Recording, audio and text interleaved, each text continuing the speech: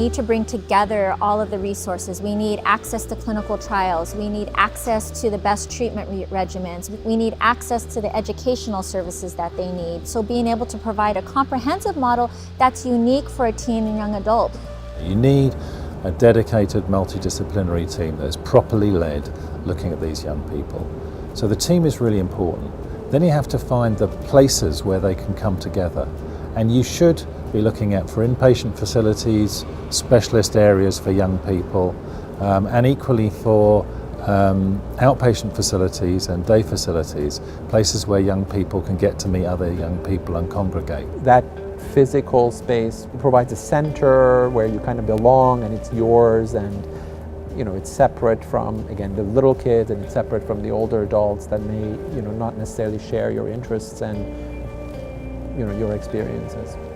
Sometimes you got to expose the young adults to other young adults going through the same process and know that we're all different, but we all have something in common.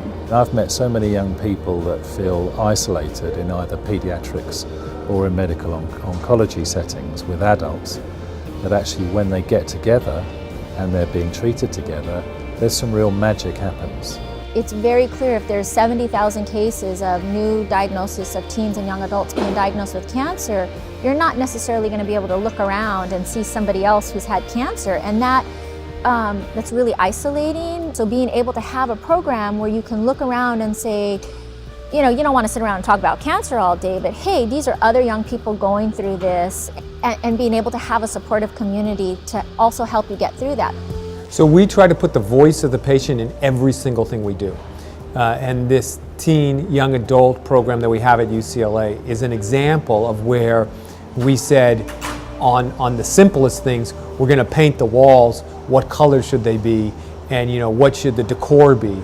And our patients said to us, don't put the surfer out there by themselves in the picture, pick the picture with all the surfers in the ocean, because there's a sense of aloneness here and we don't want to feel alone. Well, I have great people that work for us in decorating and picking colors, but no one could give us that information in that detail and such importance other than our patients. And if you create an inpatient facility, then you need to think about what it's like to be in hospital all of that time. They need really good social space, as well as their bedrooms. They need places where they can come together, where they can meet and support each other. So the lounge, for example, our health system that I'm responsible for has about 790 inpatient beds, and we have about 150 clinics throughout Southern California. It's about a $3 billion enterprise. And we run at 100% capacity in our beds. Beds are at a premium. We don't have enough beds for what we need to do. The lounge required us to take a bed away from that count and convert it into a lounge. From a business standpoint, it was the stupidest thing we could ever do. From a human standpoint, there was no question that we were going to do it. So we even make bad business decisions when it's right for our patients. So the lounge to me is a symbol of getting it right for this particular group, even if it means now we have a bigger bed problem than we had before we did the lounge. I think the lounge inpatient is a great start. What I'm really, really excited about is we received a gift from the UCLA Women's Auxiliary, and we were making this absolutely awesome outpatient, quote, outpatient clinic, but it's actually an outpatient social zone.